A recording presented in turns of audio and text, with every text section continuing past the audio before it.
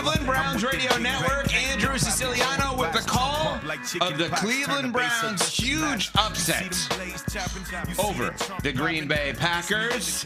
Don't worry, Smalls. You're a Packers fan and an Illinois fan. Michelle's Illini will have to bounce back from their destruction at the hands of Indiana like it never happened. Brought to you by ServPro, the #1 choice in cleanup and restoration. If you're going to use ServPro to clean up and restore one of your teams, is it your pro team or your college team? Well, I still feel pretty good about my pro team. Yes, It was a very upsetting loss to the Cleveland Browns, but this could be a positive for the Packers. I'll explain in a second. I don't know how you spin a 63-point drubbing by the hands of Indiana when you're a top 10 team. Well, ServPro will help. They'll try to clean it up and restore it for you. 63 points. But really quickly, as an Illinois sports fan, I expect things to go sideways for me. I expect to have to call ServPro because it has never worked out for me historically. You're always in restoration mode. I'm always like, when is this going to go bad? When are we going to have to clean things up? I'm enjoying the ride. I'm thrilled we're in the mix. Never thought that I would say that in college football, especially in basketball, of course, but never in college football did I think we'd be in the mix. With the Green Bay Packers, you assume that you're going to be good, especially when you start the season with 2 great wins against quality opponents in the Commanders and the Lions against the Cleveland Browns. You assume you're going to be good. So before you get to the positive spin on the Packers, let's give the Browns credit because that's going to become the secondary story because the Packers seemed invincible.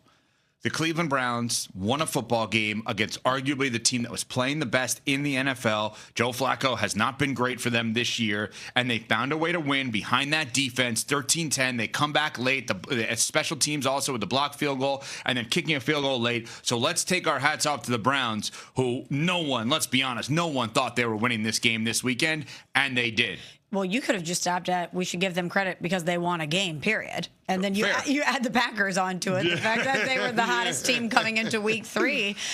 We were talking Super Bowl. We were talking looking through the opponents on the schedule, saying maybe it wasn't until, week 10 that the Packers could lose? We went through and we said to you, where is your first acceptable loss as a Packers fan based on the way that they played? And I think that we had the Eagles on November 10th, Monday Night Football on ABC and ESPN as the first, in your mind, acceptable loss. Well, that has now changed. Explain the positive spin behind losing to the Browns 13-10. Well, this hasn't changed because this is not an acceptable loss. The Green Bay Packers did not play good yesterday. Yes, you want to give credit to the Cleveland Browns, especially that defense for the way that they got after Jordan Love all day long. But this is not acceptable because Jordan Love's biggest mistake of the day is not when he was under intense duress. That regular season streak of 9 straight games without an interception absolutely dissipated. A little more than 3 minutes to play. The Packers leading the game, and Jordan Love with a consequential mistake. You just can't have that. And we had talked about that a lot heading into the season as something that had plagued him, that he needed to clean up. And unfortunately, we saw it rear its ugly head when it mattered again yesterday. But here's the positive spin that I have for the Packers, or at least what I was telling myself last night when I was ripping my hair out, thanks to Nutrafol for helping me revitalize that, because I was ripping my hair out all weekend because of my 2 football teams. We were talking about the Packers maybe being undefeated through week 10.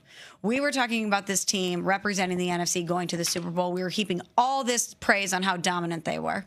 This is a young team.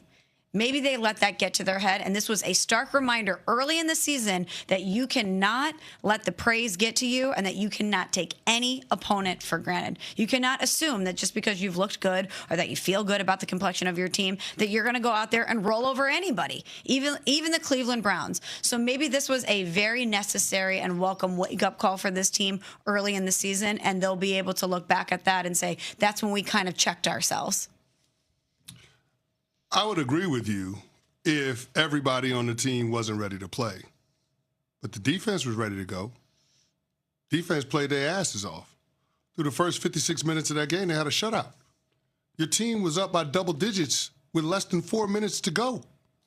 And you lost. Yeah. Because your quarterback decided to throw the ball into triple coverage. I don't understand it. With all of the eyes of the defense looking at them because they're sitting in zone. That is an inexcusable loss by the Green Bay Packers. It's unacceptable. And Absolutely. that is on the quarterback. There is no way that you put the ball in harm's way in that scenario. Your defense has been locking down the Cleveland Browns all game long. There is no reason to risk it in that situation. Punt is a good play. And I don't understand why Jordan Love continues to have these moments throughout the course of his career when he makes those kind of mistakes. So that's why at the beginning of the season, after they demolished the Detroit Lions in week 1, we all said to ourselves, the only thing that can undermine the Green Bay Packers season is if you get a Jekyll and Hyde Jordan Love. And yesterday, it reared its ugly head again. Now, here's the thing. Still should have won the game. You had an opportunity to kick the game-winning field goal. You got it blocked. You gave up points for them because it was a short field. They were able to execute in their special teams at a level that you didn't. But for your first road game of the season, to be able to have that double-digit lead that late in the game and not be able to close the show is an indictment on all involved, but especially the quarterback. You said something about punt. Punt is a good play, right? I think that's what you said. Yeah, that's correct. I think if I were a head coach, there's so many examples of this in the league right now. I may literally be so stupid and say to the quarterback, we're going to have lunch today. I'm going to bring the punter. Do you see him? He's a weapon for you. He's not a bad guy. He's the hero in the story, not the villain. Use him. I actually want to punt more. If I'm up 10-0 in that spot, I want to punt more. Drake May was actually excellent during the course of the game yesterday, and I didn't think Drake May a year ago. When he wasn't concussed. Allegedly. Allegedly. I didn't think Drake May a year ago was as good as everyone else. Now I'm on the exact opposite. He has to understand. Use a punt. There was one play where it drove me nuts where he fumbled. Use the punter. In this spot, Jordan Love, you're up 10-0. Use the punt. That interception is so inexcusable and such an elementary throw from somebody that's been in the league for this long. Use the punter if you need. It's a weapon. It's not a bad thing. It's something you have to your advantage. These quarterbacks are all trying to be heroes all the time. Just, you know who wouldn't make that throw? Jalen Hurts. He knows he has a punter.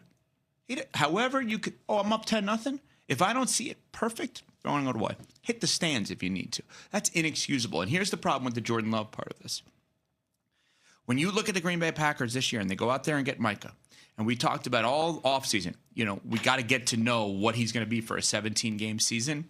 It's moments like this that revert you back to, are we sure he's a franchise quarterback? The answer is probably yes, but Josh Allen doesn't make that throw at this point in his career. Lamar Jackson doesn't make that throw. Mahomes, leave him to the side. He actually may make that throw with what the season has been, but you get the point, right? Jalen Hurts is not making that throw anymore.